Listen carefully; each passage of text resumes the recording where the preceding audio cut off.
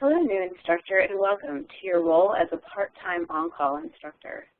My name is Mandy Essel, and I'm the training specialist with the state of Georgia. I'm excited that you're embarking on this path of learning, growing, and community outreach. Although your main responsibility will be to teach, you will learn from these onboarding video segments that you also play a big role in administration and logistical processes. Make sure to keep an open mind, pace yourself, and ask your administrative team plenty of questions whenever you get confused.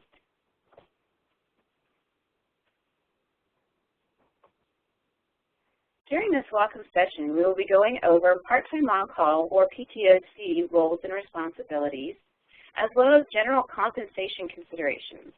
I'll touch upon your Human Resources Department, the structure of the Red Cross organization, specifics on the PHSS department and our products, the department reporting structure, workflows, and the expectations for you as a PTOC instructor.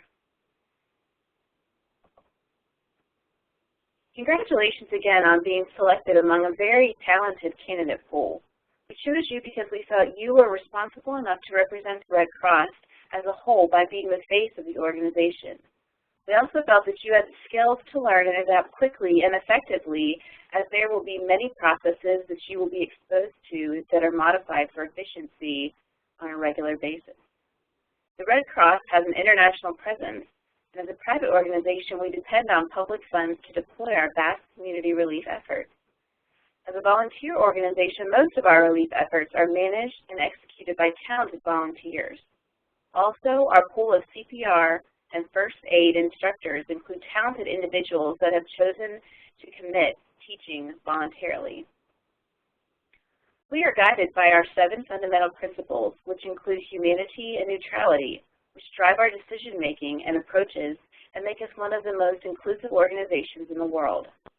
Our mission is to prevent and alleviate human suffering in the face of emergencies by mobilizing the power of volunteers and the generosity of donors.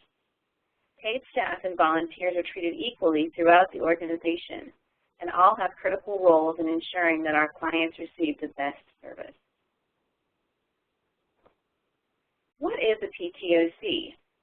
PTOC stands for part-time on-call because week to week, PTOCs have a variable schedule based on the individual instructor's availability and the number of course offerings that are available on our calendar.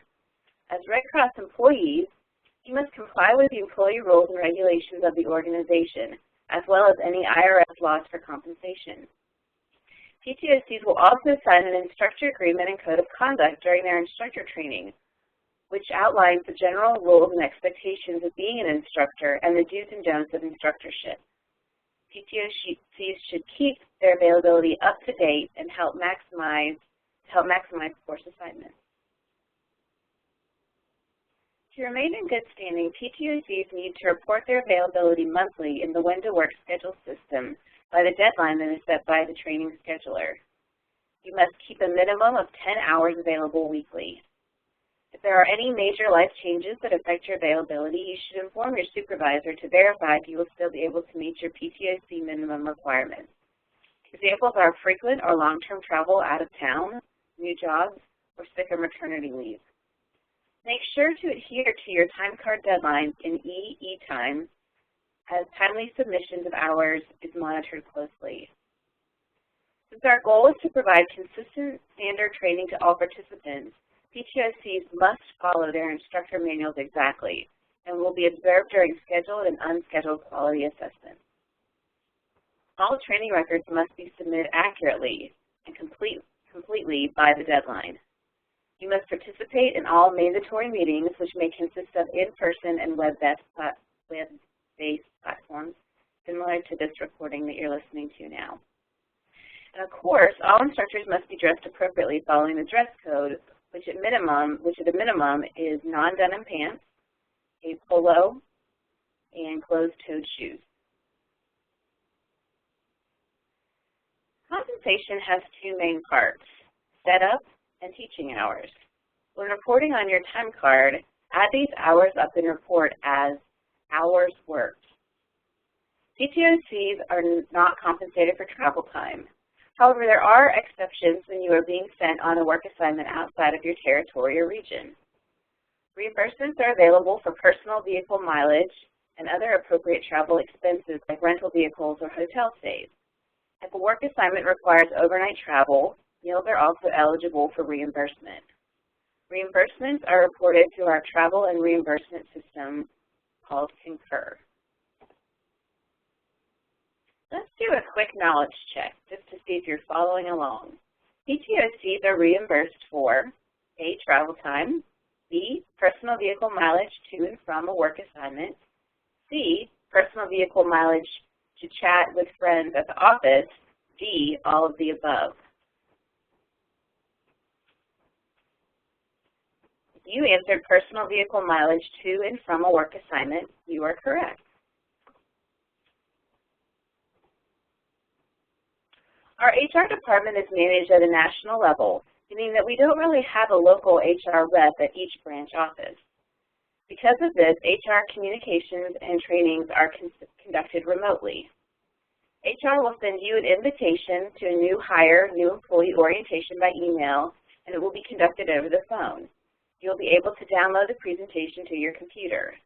The orientation will focus on your time card system, which is called HR Direct, and other onboarding forms and documents, like your I-9 form. These forms can be found at www.redcross.org/PTOC. The Red Cross focuses on humanitarian lines of service that include disaster relief, services to the armed forces, international services, biomedical, community services, and preparedness, health, and safety services.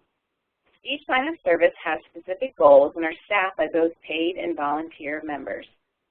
You have been hired to work as a paid employee for PHSS, which stands for Preparedness, Health, and Safety Services. Each line of service falls into a different reporting line, either national or chapter/regional. Disaster services is a line of service that takes advantage of a chapter or regional reporting structure, since each community disaster relief needs are highly unique to geographic and demographic that they serve. Biomedical services and preparedness, health, and safety services have a national reporting line, since it is expected that these services are delivered as close to the same standard way everywhere despite the location. Because you are a PHSS staff member, you are considered a national employee, and your performance is measured to a national standard. What is PHSS? As mentioned before, PHSS stands for Preparedness, Health, and Safety Services. Its goal is to provide training so that individuals can prevent and are prepared to respond to medical emergencies. A unique feature of PHSS is that our services are fee-associated. This is because donations to the Red Cross are largely used to assist those in crisis during the aftermath of a disaster. Donations to help train people in CPR are rare, since these customers are typically not in a crisis. The PHSS department then keeps itself up and running through the customer's purchase of products and services. Not only do these purchases maintain our department, but they help in funding other lines of service in the American Red Cross.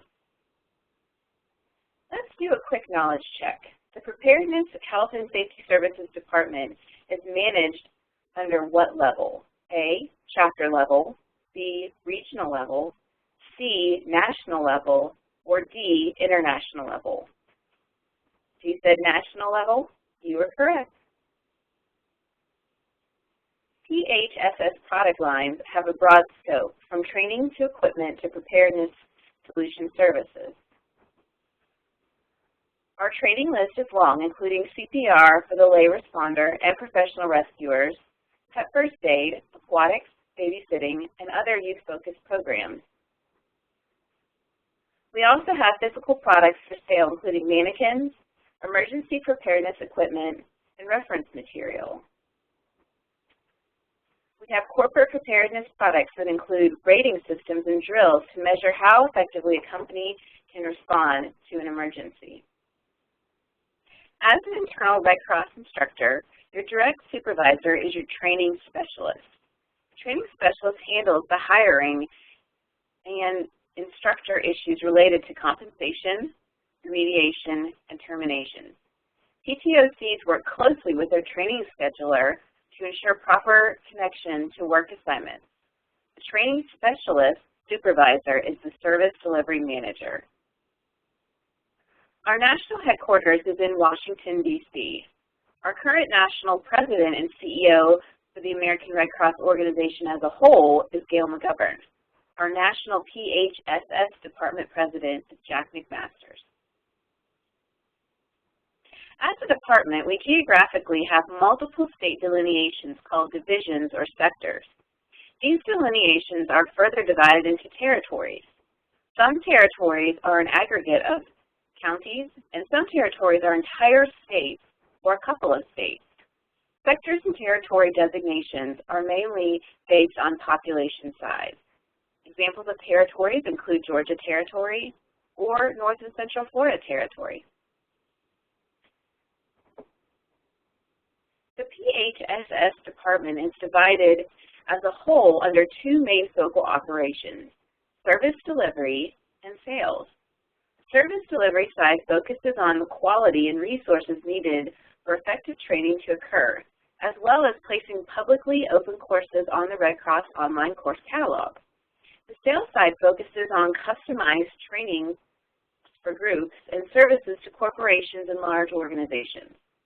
The members of the sales team that work closely with corporate customers are known as account managers. Your training specialist is considered the program's subject matter expert and will generally remediate instructor issues and keep track of performance measures. It is important to keep up with updates from your training specialist, as this will impact our quality and consistency in course delivery. Since most training specialists supervise 50 or more instructors on average, that includes paid and volunteer instructors, be mindful and properly respond to inquiries and requests by email, as it would be unmanageable to call each instructor individually to provide guidance on new directives. Training specialists consult with each other regularly to find better ways for you as instructors to deliver training more smoothly. Your service delivery manager plays a significantly different role from your training specialist. The manager's focus is to look at overall operations and functions, balance budgets, and develop relationships with other department managers and leaders. The manager supervises the training specialist, the training scheduler, the administrative support, and the logistic coordinators. Another main responsibility of the manager is handling of customer complaints and issues. The Red Cross works with the public to deliver training to community individuals, private groups that want one-off trainings, and also with whole companies that want to become external providers. While the service delivery team will create the public offerings in the Red Cross Public Course Catalog, our account managers on the sales team work to create corporate partnerships for groups and company trainings at both the local and the national levels. The service delivery team will then mobilize human and material resources to fulfill all training needs. So what can you expect next? Now that you've gone through a general overview of the role of the PTOC and the organization and department structure, I want to give you an idea of what to expect during your onboarding. On the screen, you can see a general checklist that starts with your job-specific training that the training specialist will put together for you. Your HR orientation, which you will receive an email invitation. You want to be sure that you submit all of your new hire forms. The IT department will set up a LAN or local area network account for you, which will look like firstname.lastname@redcross.org. This account is used to enter in your time card, travel, and reimbursement systems, as well as your employee email account. Once you take all of your trainings, your supervisor will verify that you are certified in our learning management system. This will prompt your equipment assignment as determined by your training specialist. It will also make you eligible to be assigned for courses in the When-to-Work scheduling system. If your local territory uses SharePoint documents sharing sites or the instructor library, you will be requesting access so you can download important paperwork. Make sure that you have arranged to have keys or code access to facilities or the shared material rooms at the local chapter where you're assigned. Also make sure that you have a name tag or ID badge. And finally, make sure that you start teaching. This process can take some time to fully be completed, and depending on the availability of training, equipment, and resources, the timetable can vary. So please be patient and don't hesitate to ask questions. Also be responsive, as we will need to schedule training meetings and make follow-up inquiries to track your progress. If you're going to a facility, make sure to find out what the visitation rules are. That includes the local chapter, if there's any specific sign-in or visitor forms that you need to fill out the first time you go, or if you're teaching at a facility and they have specific sign-in requirements. And always be friendly, as you may or may not know if you're interacting with a valuable volunteer or a potential donor. Also, be flexible, as schedules and directives may change suddenly. Welcome. Welcome to the greatest humanitarian organization in the world. You are integrating into it and becoming an instructor to teach the best CPR and first aid programs available in the market. You're now part of one of the most talented training groups. You're now part of One Red Cross.